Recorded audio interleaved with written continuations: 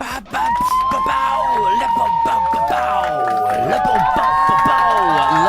and gentlemen, and everything in between. Welcome. Welcome. It's a Friday night, people. It is hotter than Satan's balls out here in the cabin of love, at my little hideaway, my little man cave. What is going on? People in the live chat, what we saying? What's going on? Who have we got in the live chat tonight? We've got Flint Reed. What's going on to Flint? Ben, Daniel. We've got Diz. We've got Jim Speak. We've got Brian White in the Jesus. We've got Sarah Davies. Counter Kev. Insight 80. What's up, Insight? Yuri's in the house. Diz. Have we got Mojo? Diz and Mojo are my helping hands, juggling the live chat, keeping it civil, keeping things right for us. Richard Marsden, what's going on? Tommy Lee Cadden. Have we had Tommy Lee in the chat before? I don't know if we have done. But you're all welcome here. What's the happy haps? How are you all doing? Let me know. It's Friday night once again. It's time to kick back, to crack open a bottle of bubbly, a cocktail, an ice cold beer, or indeed a pint of squash, if so inclined. It is time once again. Cheers. To join me for the next 45 minutes or an hour or so. We'll see how we go. As we once again try to make sense of the senseless, to reckon with the reckless, and reason with the unreasonable, guys. What's been going on this week? What are the big news stories? What should we put the world to rights about tonight, guys? We've had, well, just today we've had the assisted dying bill. I don't know if you saw the updates about that sort of exploded across the news. Breaking news on BBC. Breaking news on Sky. Trending on X. All of that stuff. The assisted dying bill passed in the Commons today. So that's pretty good, right? That's pretty big news, I think. The assisted dying bill has passed. Guys, which, even just saying that, the assisted dying bill has, like, it sounds like a sort of self-referential joke, doesn't it? The assisted dying bill has passed. Like, on its own, has it? Or did it have some help? Anyway, the reports I read earlier said MPs have voted to approve an historic bill that would legalise assisted dying in England and Wales. Does anybody in the live chat, anybody know if is this one of those things where Scotland were like already way ahead of us? And we all give ourselves like a nice pat on the back. We all self-fillet ourselves at how amazing and progressive and forward-thinking we are. And then we look up at Scotland, we're like, oh no, they were there 10 years ago, were they? Is this one of those? I bet it fucking is. So they're going to legalise assisted dying in England and Wales. The terminally ill adults brackets end of life bill was approved by 314 votes to 291. So if you don't know your maths, that's a majority of 23. Got it over the line.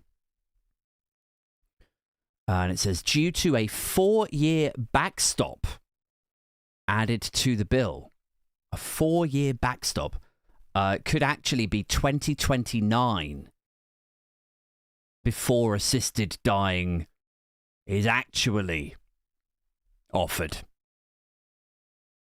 So even though they're legalizing it now, they are delaying it by the entire fucking parliament. It says the bill would allow terminally ill adults with fewer than 6 months left to live to apply for an assisted death, subject to approval by 2 doctors and a panel featuring a social worker and a senior legal figure and psychiatrist. Like, it feels like a bit admin heavy, doesn't it? It's quite a lot of admin to that. Quite a lot of resource that needs to be involved there from the state. You know, I don't know if that tallies really with Labour's hopes and dreams, Labour's direction of travel with their cuts that they're actually going to be talking about like next week, isn't it? Or the week after? Aren't we trying to ease the burden of all of these areas? These pillars of the public sector. Aren't we trying to like lighten the load a bit? I mean, I suppose you could reasonably describe the assisted dying bill as a way of lightening the load. Well, we'll keep it light. Let's not go down that road. That's too dark for this early in the podcast. Save that for the Q&A. But yeah, aren't we supposed to be trying to like ease the burden? We don't want to be like adding more jobs and more expense onto the states at a time when everyone's saying that there's no money for anything, right? Public legal teams, NHS psychiatrists, social workers, doctors, all of them have got to sign off on it. So, yeah, so I don't know. I mean, it's an encouraging step forward, isn't it? It's been voted through. It's been recognised. There's been a lot of lobbying, a lot of passion felt on both sides of that debate. And, you know, we are where we are now. It's been voted through. So maybe if these provisions helped to get it through, to get it over the line, like I won't approve it. I'm not going to sign yes on this unless, and then it's like, well, you know, what if we did this? What if we put one of this in this provision and that clause? And we got all these people. Like maybe if these provisions helped get it over the line, then maybe it's okay. You know, we fine tune it later. We'll perfect it later. But for now, it's a nice step forward, isn't it? The assisted dying bill, making it legal to bring your own life to a close if you are terminally ill anyway.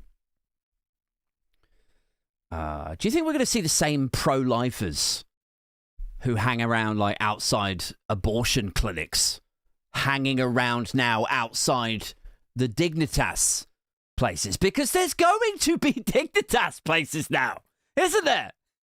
There's going to be someone who's looking at this news, at this development, at this vote, and they're going to be looking. They're going to be like, "All right, okay, let's get in on this. Let's make some. Let's dive into this new market."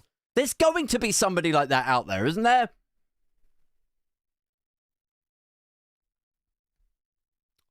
So, like, are we going to see the same protesters who hang around outside Mary Stopes clinics now hang around outside these places too? Are we? You know, because it's all pro-life, isn't it? It's all life is precious. I mean, curiously enough, I don't think many of the pro-life, anti-abortion protesters spend much of their time flying to Texas to lobby to get rid of the death penalty. They don't seem too fussed about getting rid of the death penalty. Shockingly, there's actually quite an overlap of the people who are anti-abortion who are also pro-death penalty. I've never really been able to work that out, like square that circle. But those people do exist. There's a healthy overlap there.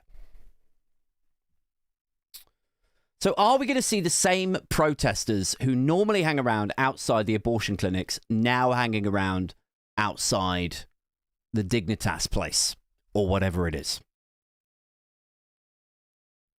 Or is it not worth the train fare for them? Like, if the people that you're hounding are going to be dead in 8 months' time anyway, like, is it just not worth it? Is it not worth the train fare for you then? You know, you stood outside the clinic in Marble Arch or whatever. You're like, don't go in there because all life is precious.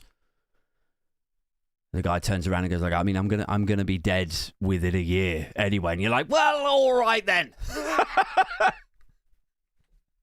All right, fine. In you go. I don't know if this is really an optimal use of my time with campaigning and protesting. He's on his way out anyway.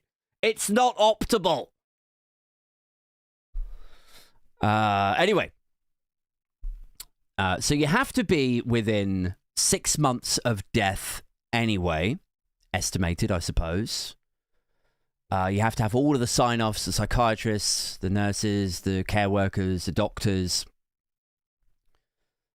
And the legislation will not be activated until after this backstop, which means this entire parliament. So it won't be officially legal to do this until 2029. So that's the state of that, isn't it?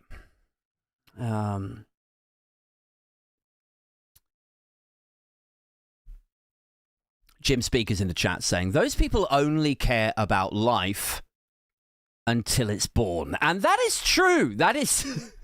Have I ever talked about George Carlin before on this podcast? I don't know if I have, but he's got an incredible, very famous bit of stand-up where he says, you know, these Republicans, they're really something, aren't they? You know, like, life is precious. You know, you got to protect life. Like, once you're in... I'm going to butcher the bit now. I'm going to forget how he phrased it. But it's like, pre-birth, they love you. They'll do anything for you. Preschool, you're fucked. It's all in the delivery. He's way funnier, or was way funnier than I. So, go and seek it out if you haven't seen it. PJ is in the chat saying, George Carlin is or was great, and I don't know how he wasn't big in the UK. Yeah, he's sort of a cult figure over here, isn't he? You know, the comedy heads, we comedy heads, people who love stand-up know George Carlin, obviously. And there's a few counterculture people in the older generations who love George Carlin and remember George Carlin. If not for anything else than for the fact that I think he was the first comedian since Lenny Bruce to get arrested, like actually detained in the land of the free. Free speech. Constitutional amendments designed to protect them, and he got arrested for saying, like, wasn't it like 5 words you can't say on television was one of his bits, wasn't it? So maybe some Brits are aware of him for that, or in relation to that also. Anyway, also in the news this week, HS2, guys. Let's talk about HS2, shall we? HS2, the beleaguered high-speed rail project that was originally supposed to connect. I don't know if you guys, like, how many of you are aware of this, of how piss poor the rail network, the infrastructure is once you go north of the M25. We're so London-centric. We're so drunk on our own privilege with our connections down here. You go north of the M25, they are fucked. They're just robbed of the modern first world wonder that is a decent transport system. You know, isn't it? So somebody in the live chat can confirm this or correct me on it. But isn't it like if you live in Birmingham and you want to go to Manchester, or if you live in Leeds and you want to go to Manchester, like, don't you have to catch a train like all the way down and then go all the way up again? Like, it's fucking ridiculous. The Midlands of England are just, it's like another century. Anyway. So the HS2 project was originally supposed to connect London and Manchester and Leeds and Birmingham. So 4 cities, right? So it was originally supposed to connect 4 cities. It was originally supposed to cost 32 billion. Now it's like 100 billion. So it's 4 cities. Now it's down to 2. Only 2. Can you take a guess which ones they are? It's London. It's London and Birmingham. So you're down to 2. So it's tripled in cost and it's halved in the number of services. It was supposed to be live in 2029. Now it's been pushed back another 5 years to 2034. But at least if you get really pissed off with it, you could probably kill yourself in a dignitas by 2029, right? See? There you go. So it's been pushed back to 2034. It was originally supposed to be 250-mile-an-hour trains. The high-speed rail link. The HS2, HS, high speed, it was supposed to be. 250 miles an hour. You know, it'd take you and your mates up to Birmingham for the weekend in an hour from London. It'd take you and your mates up to Manchester for a bank holiday in an hour. Now it's down to under 200. Now these trains are only going to operate at about 190 miles an hour, which is not nothing, is it? It's not nothing. It's fast. It's probably faster than driving still, but it's not the HS. It's HS2 high speed rail, right? Also, for some of the track, the new trains will run even slower than the existing stock. So all of this rail that they're laying.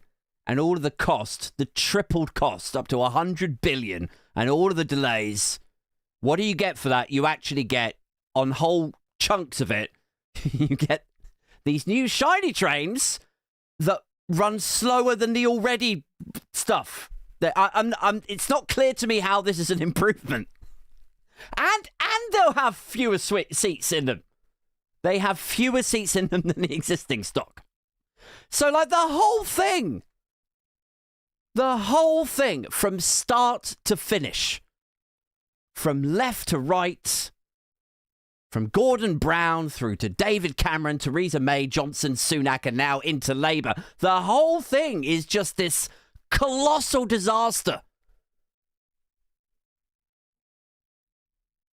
You know, it's over budget. You're not going to get anything close to what you wanted out of it. There's going to be fewer seats. It's going to be busier. It costs 100 billion. I saw Lewis Goodall, highly regarded journalist. Used to be on Newsnight, and now he's obviously on the News Agents podcast, which I quite like from time to time. I saw Lewis Goodall put a tweet up about HS2 earlier in the week, where he said, this is British decline in one story. That's what he said. And he caveated it, but he said, any state, meaning country, right? Any state which finds itself incapable of managing a project as basic as rolling out a 20th century technology between its biggest cities. Any state that finds itself incapable of doing that needs to ask itself some profound questions about what hope it has of managing the technologies of the 21st century. And he's right. He's bang on, as per fucking usual. He's a smart guy. But he's absolutely right about this. Like, how can you expect to be taken seriously as a country, as a state, on the world stage with the conversations about artificial intelligence, crypto, renewables, machine learning? How can you expect to be taken seriously about conversations of those complexities when you can't even build a fucking train line? Like, start small, lads. Start small. Get the trains running first, and then we can move on to the cyborg Neuralink Silicon Roundabout powerhouse shit. Let's start small. You know, every other week you got somebody on a Channel 4 news segment or Sky News or Sky Breakfast or something like it'll be a technology story, and there'll be some like talking head pundit on there go like, oh, how come there's no such thing as a British Google? How come there was never a British Google? How come there's never been a British Facebook? It's like, how do you know there wasn't going to be a British Google or a British Meta or Spotify? How would you ever fucking know? There might have been a British Spotify. There might have been a British search engine corporation. But the guys who were coming into London that day to the Dragon's Den pitching session, they had their train cancelled. Or the investors couldn't get in because somebody shut Heathrow fucking airport because of a fire in a power station or something. Like, start with the simple shit. Baby steps, lads.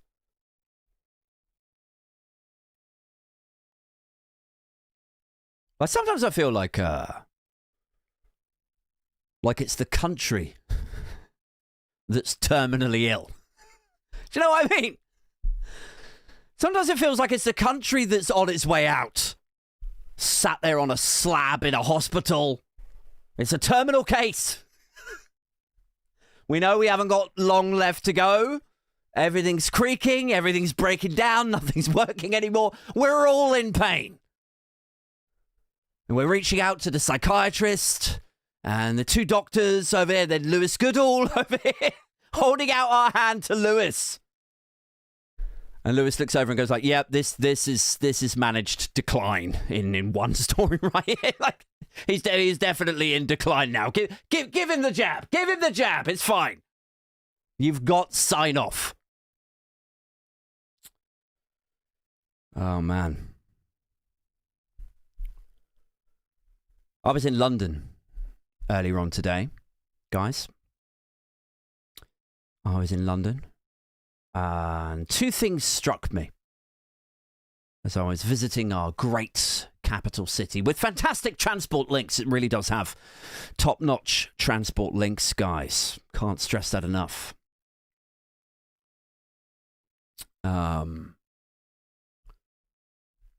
Two things struck me as I visited the Big Smoke. That there, London. The first one was the lack of vicious graffiti on the tube, guys. I was actually quite shocked. You know, I was pretty scared going uptown, going into London today. I mean, I don't know if you've seen all of the grassroots campaigning that's going on out there on the internet, out there on GB News, and all of your least favourite reactionaries and mediums of tedium that dominate YouTube, Twitter, and whatever else. Don't know if you've seen any of their coverage, any of their grassroots campaigning about Khan's London of late. Middle-class lobby groups.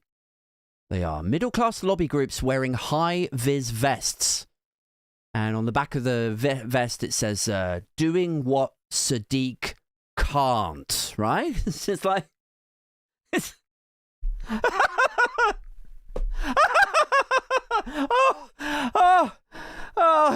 it's a wordplay, right? It's this Sadiq can't, and they're saying, we're doing what Sadiq can't, because he can't keep the tunes clean. It's just so funny.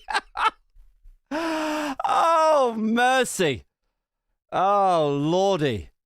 Oh, that is good wordplay. That is, yeah. Anyway, sorry, let me just compose myself. It really caught me off guard, that did. They're wearing a high vis vest, and it says, doing what Sadiq can't. Get off! Oh, it really has given me the giggles, that. Fuck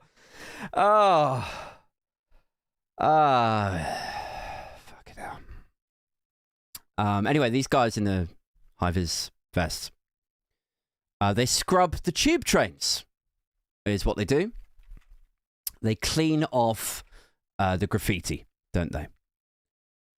I mean, I don't know where they all were all the years before, throughout all the other parliaments and mayoralties or whatever. I don't know where these guys were when Grant Shapps was the transport secretary and he slashed the TfL budget, which then had a sort of a real terms effect on how much money they can then pay cleaners to keep the stock clear. I don't know where these guys were. It's not clear to me where they were. One of them went to a private technical college, did he?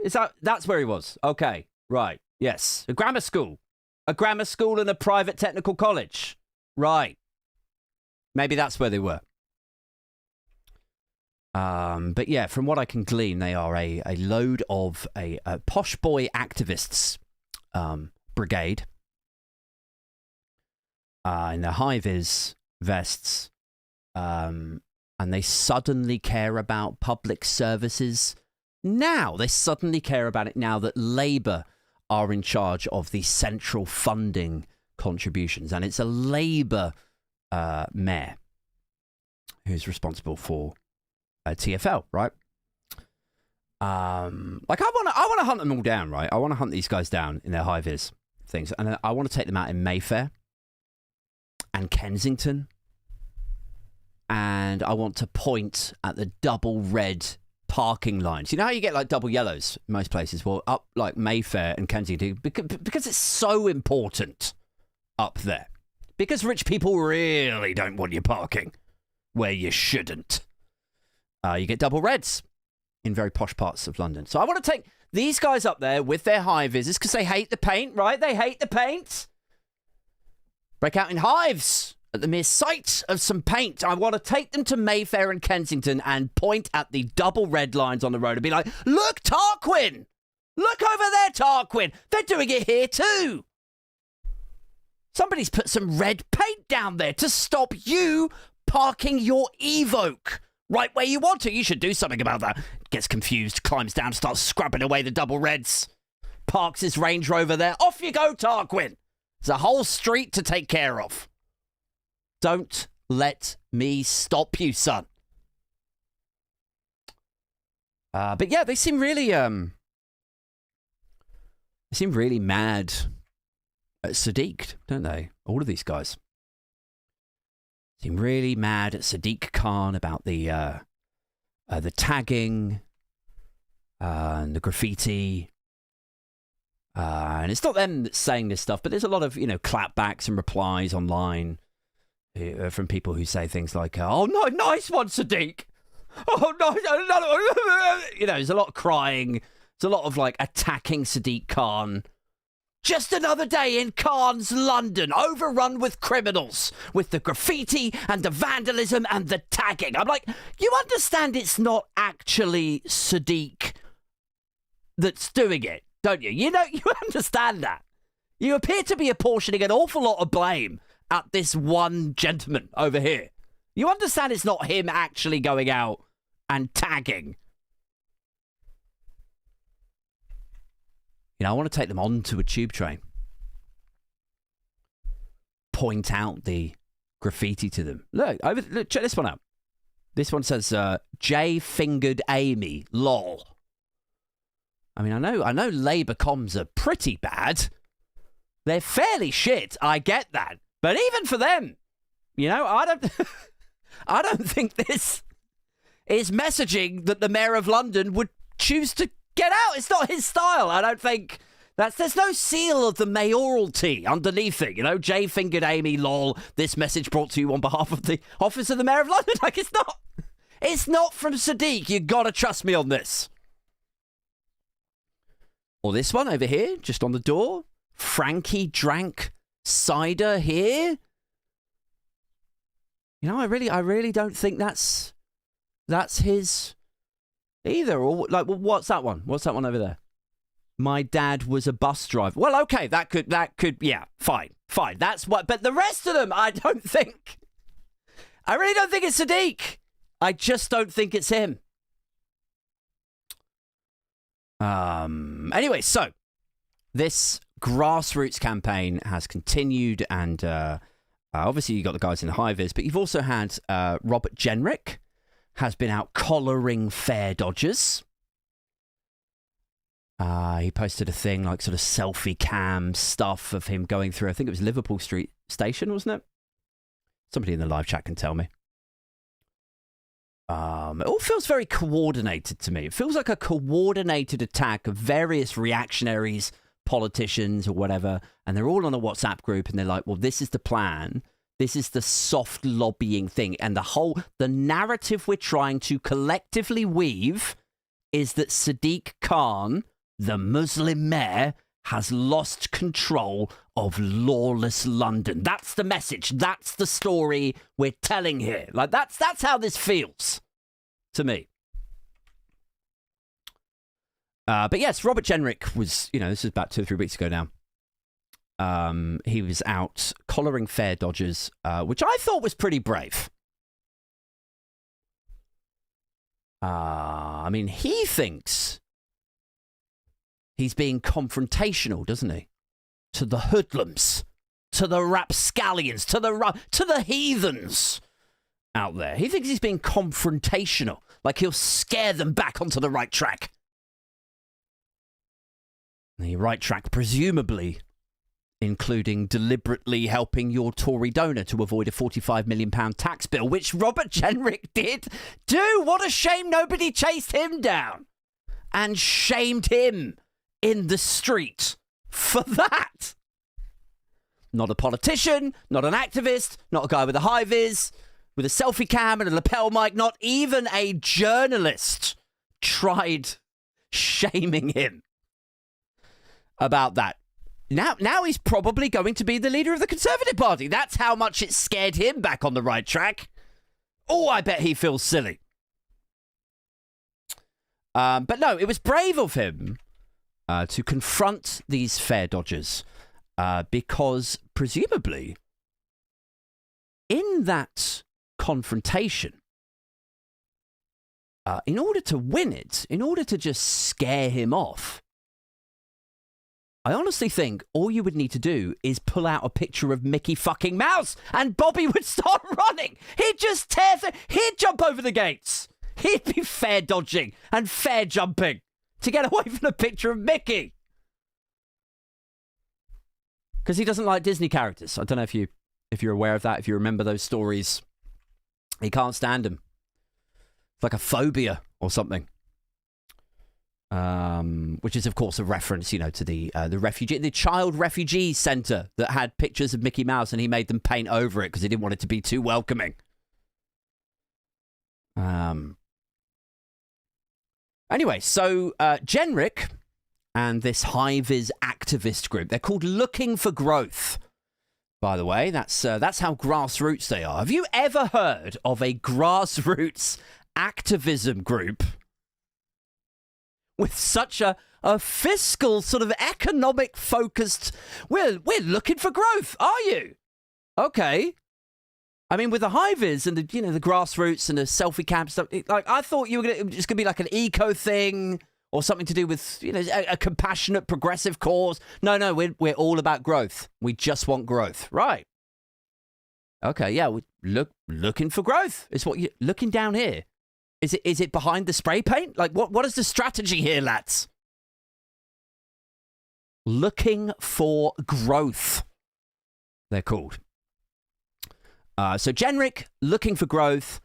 Tom Harwood of GB News fame. Tom Harwood, who looks like Harrow Tom Cruise or some shit. Etonian Tom Cruise, doesn't he? He looks like an Etonian Tom Cruise. A young Tom Cruise, I will give him that. He looks like Tom Cruise out of Risky Business, but privately educated and force-fed plums for 3 years. Or something. He's Harrow Tom Cruise, guys. Tom Harwood of GB News fame filmed himself scrubbing these carriages as well. And it's these carriages that I was in London today, I couldn't find any fucking trace of any graffiti. By the way, none. I got on the tube to go into the office, had my, lunch, my meetings and stuff. I go back on the tube to come back out, no graffiti the entire time. Like, the graffiti problem in London on the London Underground is so bad that these guys have to constantly post content about it.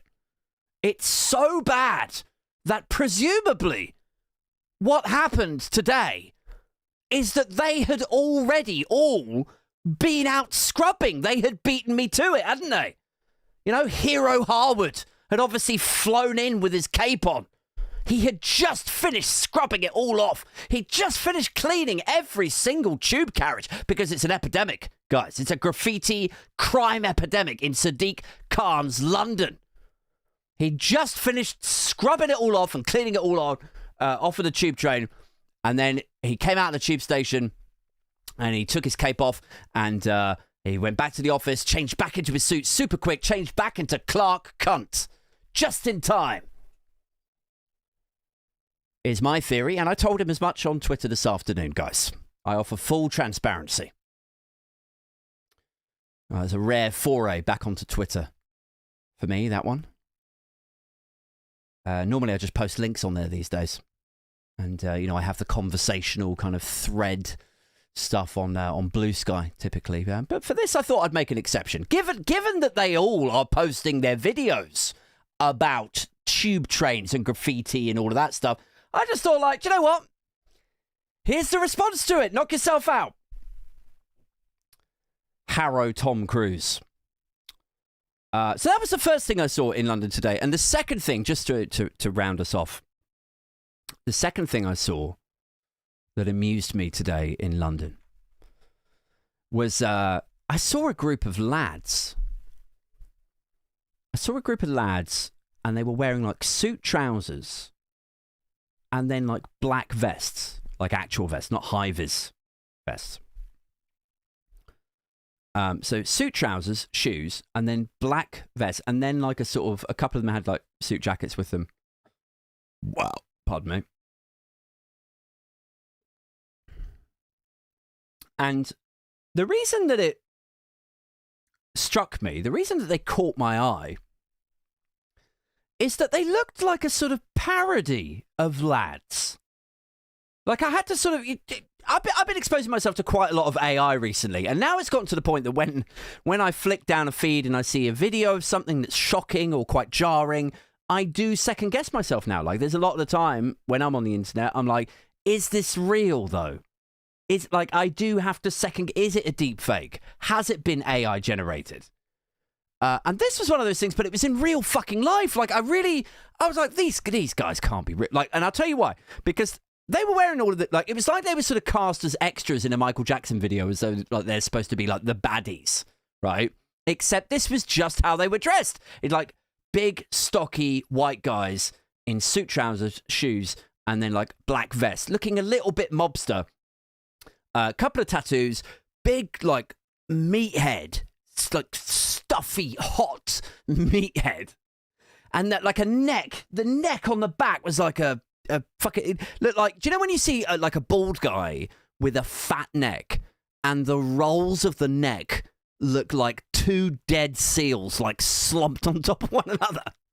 It's like that. They had the dead seal neck, right? So they're all, like, stocky, big, fat, white guys in suit just hot and just flushed. And then the walk that they were doing was like... It's like this, like, you know this walk, right? It was like,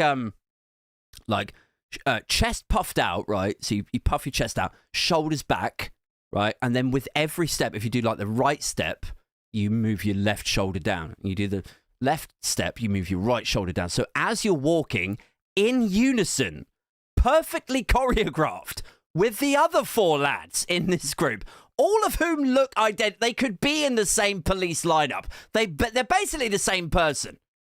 All of whom, like, shoulder, perfect. They walk like this. They're like... like, left shoulder, right foot. Right shoulder, left foot. Like, just... Like, they'd been fucking practicing choreography. Or so. It's like an angry walk. It's the lads walk. It's the meatheads walk. It's like...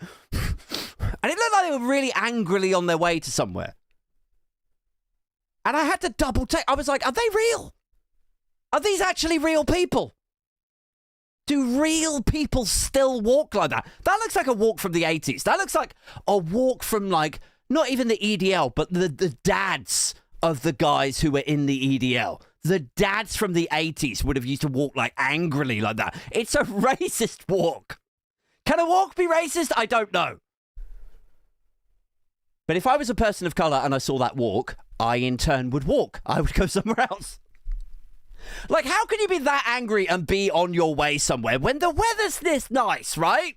It's like 29 degrees, it's blazing sunshine, it's Friday. You know, admittedly, it's like the last weekend of the month before most people's payday. But how can you be that fucking angry on your way somewhere with your mates?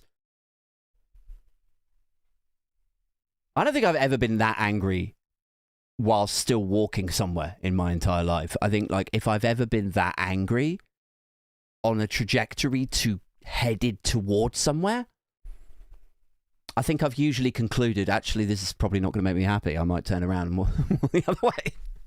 What? Just stop the sandbag shoulders walk and then turn around and I'm happy again. I'm walking back. I might just walk to the pub. I feel like I was happier there when I was walking towards the pub.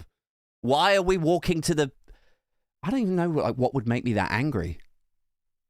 There's a question for the live chat. Where was the last place that you determinedly... Is that even a word? Where was the last place that you defiantly, angrily walked towards? Like, whose fucking house were these clowns on their way to? And furthermore, the most important question of the night. I asked this on BlueSky earlier. I was like, has any woman ever on the face of the earth, has any woman ever looked at those guys who walk and conduct themselves like that? Has any woman ever looked at those guys and gone like, oh my God, I can't wait to fuck one of those guys. It's so fucking hot. Has it ever won any woman over ever? Because I promise you, if I was a woman and I saw men like that conducting themselves in that way, this is what I said earlier. I was like, I think it would slam shut like a fucking till drawer. I don't think I would be into that at all. I think my clam would slam shut like a till drawer at the mere sight of that walk.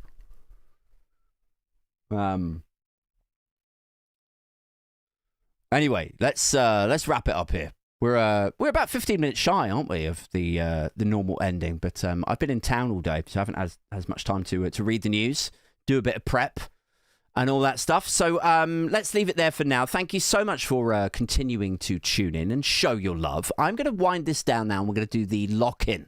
We're going to do a bit of Q&A. Maybe my son might come in very shortly. I think he's watching in the other room. So if he is, he'll come and knock on the door in a second. I'll be back on Monday with another alternative paper review in which I mock, maul, ridicule, roast what passes for the news in this formerly Great Britain. And of course, I'll be back next week with a midweek show, which always goes out to the Patreons and the YouTube community members first, guys.